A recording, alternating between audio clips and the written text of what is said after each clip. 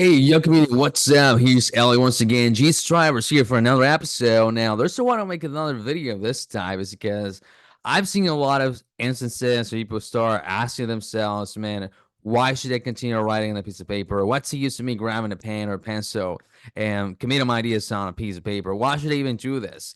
When I have a class, I do always keep myself carry a notebook and a pen, and people would stare at me as I'm a weird kind of guy. Obviously, we're in the year 2024, trending, everything's been digitalized, everyone is using the cloud, their phones, computers, laptops, whatnot, to pretty much record information on their videos as well. I mean, I'm not the one to blame for all of that, but I'm the this traditional kind of guy. I love the old fashioned. I love how I used to learn back in my days. I'm 28 years old. I'm not that old of a guy, but still, I was instilled with that from very, very young, and I mean, very, very young, and I saw the results in it, which is why I haven't stopped ever since. One of the major reasons why I have developed my proficiency in the language is because I read, I write, and not only that, but also I keep a diary, and I always keep on writing, remembering more content. One of the fastest way for me to acquire knowledge to remember when I'm actually reading through content is by me closing a book, and I'm going to show you another video how to go about doing this, but just pretty much that's how I go about learning languages or becoming fluent or training myself, read content, rewrite it, and then speak my ideas through it. That's how I correct myself. That's how I analyze it, organize my thoughts before I can and make any videos. For example, this one, I have become fluent and also able to organize my thoughts in such a way that I'm not only fluent, I'm not stuttering, but I'm also coherent. And my cohesion in my writing and my speech is also a reflection on how I'm able to put all these ideas together without losing the thread of it. So in this video, I'm gonna go through some research, some facts, and gonna debunk why we should still consider the use of writing as one of the primary resources of stimuli for your learning comprehension and also your memory recall. Like we said in previous videos, it's now learning without remembering. And I want to prove it to you by watching this video to the very end. So stick around to the very last second so you can take away one of you the learnings that we are just putting together for you guys in this short video. So here you see a screen of some slides I'm gonna put together for you guys. So usually people don't like writing. People used to you can grab a notebook, a mini handbook, pocket handbook, and pen. Start putting like the shopping list. Back in my days when I was growing up, people used to do that, and maybe like mathematics, numbers, keep the records. Now people have QuickBooks, so they don't like to put it on the record. So anything like the bookkeeping process. So some companies used to be on paper. Now they have migrated over to digitalization of this on using the cloud, QuickBooks, and some other inventory processes and tools. But most people in my age now they've been grown with this thought of wanting to quit writing altogether a piece of paper because it's a lot more like not less sophisticated and orthodox, and pretty much people now communicate much more about writing, typing, computer. They don't pretty much accept handwriting anymore. They just want to have the standardized use of documentation by stocking papers on digitalization, using fonts like Arial, Times New Romans, and whatnot. That's how the new standard is wherever I go.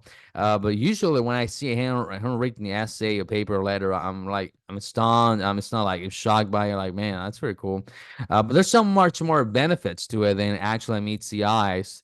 Even though you might be walking away from writing because you might hurt your arms, your hands, and it's like, man, I don't want to have to do this. You're still forcing yourself to not take in much of the benefits that comes along with it. This is the reason why I'm making this video, diving into what you have never been told, possibly, and some scientific evidence as to why you should be engaging into this practice.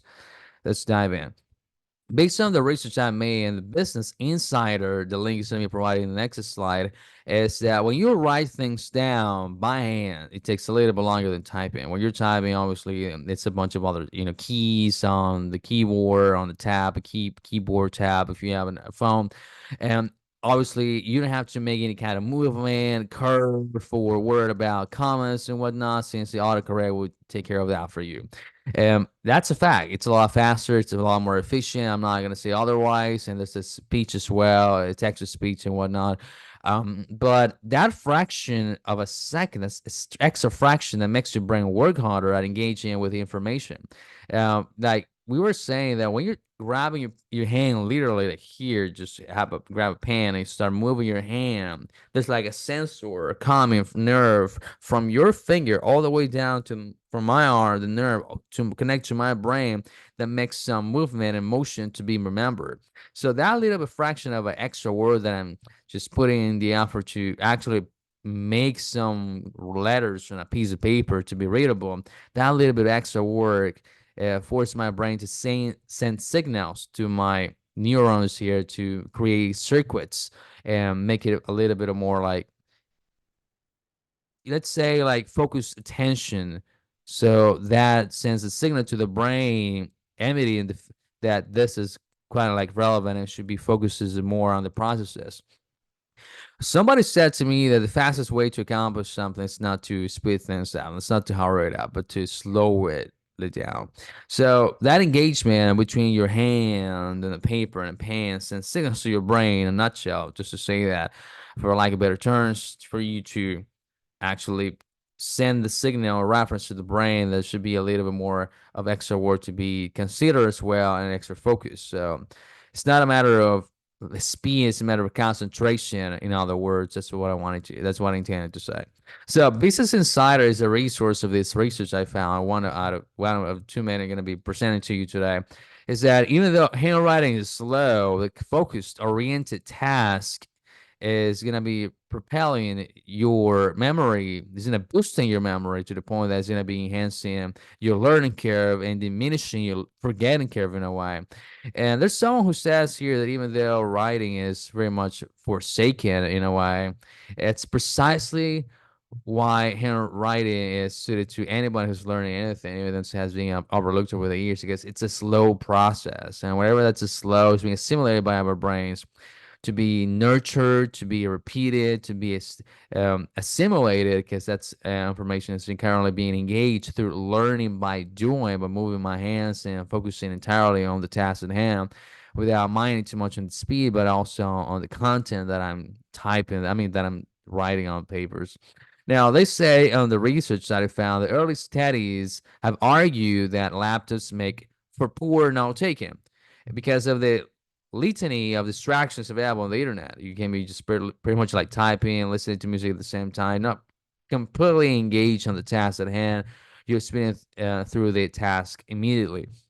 He's sprinting through it. But their experiments yield a counterintuitive conclusion. They say handwriting is better because it slows the learning down. And I do agree with that in a way. So always we're going to be diving into other more comments here. Now, following that up, it says here in the research comments that it works like this. If a skilled type is also known as an American millennial or Gen Z, is sitting in a meeting, he or she will be able to write down almost every word said on a piece of paper. Just listening, transcribing on a laptop, just transcribe, or you're not simulating content. You're not being forced to assimilate it or to recall that information. And yet, the transcription process does not require any critical thinking. You're just transcribing and typing and typing. And obviously, there's some recognition of the sounds, speech, and phonemes to be able to simulate those and make sense out of the sounds coming out of that speech. But so while you're putting the words down on the page, your brain does not have to engage with the material. And that you agree with it. You're just typing, listening, typing. You're just pressing buttons that much. And then later on, they said, commented the following, that learning science is discovered if you're not signaling that the material is important to your brain, but staying focused and slowing down the activity. And it's similar to say if you were putting together like furniture. If you're a carpenter, you're sewing a piece of wood, or you're gluing it together, you're forcing your brain to sending signals to make certain movements in your brain. Not only so you like automatically just typing on a bunch of keys, but also you're moving your fingers and making corrections. And if you make a mistake, immediately you're gonna have to grab your eraser, turn the pencil around, maybe grab a white marker and corrector pen is going to be just erasing and trying all over again. Be more conscious of the actions that you're taking every step of the way. So, in other words, if you're not signaling those movements of your hand and your eyes and your movements of your neck, for example, to the brain, then that's not really quite relevant. Just dismiss it altogether. So it would discard the lecture from the memory for the sake of efficiency. As you may already know, our brains were developed to discard information. That's not so as not to be overloaded with data, but to protect ourselves from possible malfunctioning. So the benefits of handwriting, and therefore they said, though it's disappearance skill, which I do agree entirely, is it has been documented by lots of educational psychologists, and I'm going to be naming a few of those in a few moments. Have found handwriting engages parts of the brain typing neglects. What are those parts of the brain? Probably may want to have to discuss this further in another video, but just barely wanted to bring this up to your attention here by reading some evidence here, some links and businesses' websites here. Areas associated with memory formation.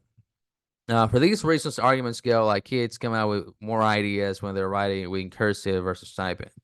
I used to come out with tons of ideas. My creativity skyrocketed when I was on a piece of paper. For some reason, I was able to simulate a lot faster than being in a computer lab.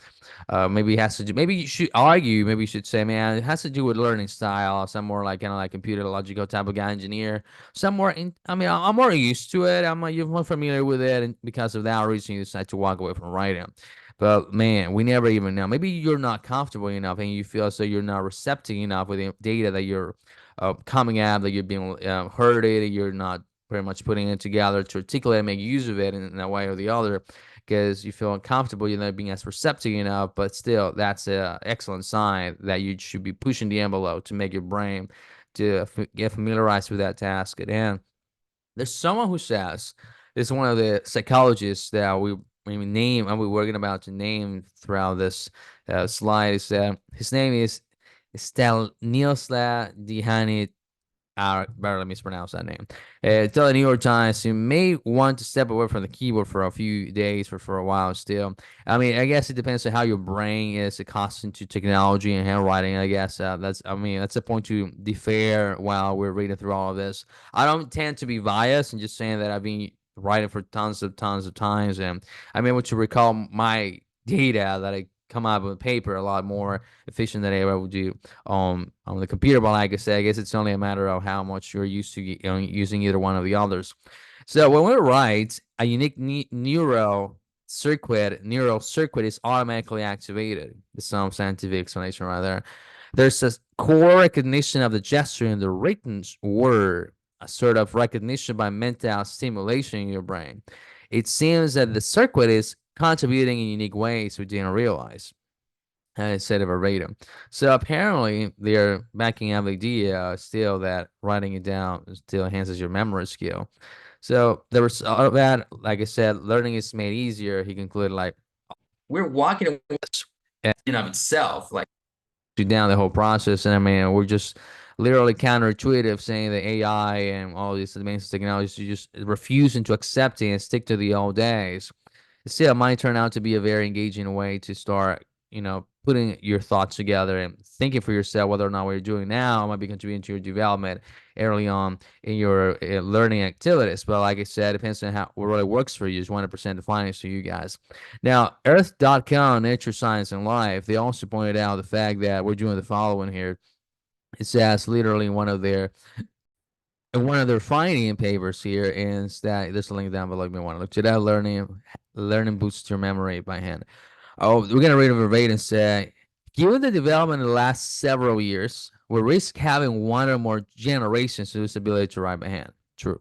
Our research and that of others show that this would be a very unfortunate consequence because there's now there are benefits to it. But once you bring out one type of technology to the world, one efficient tool, you're gonna be forsaking another one to make room for what's fresh and innovative.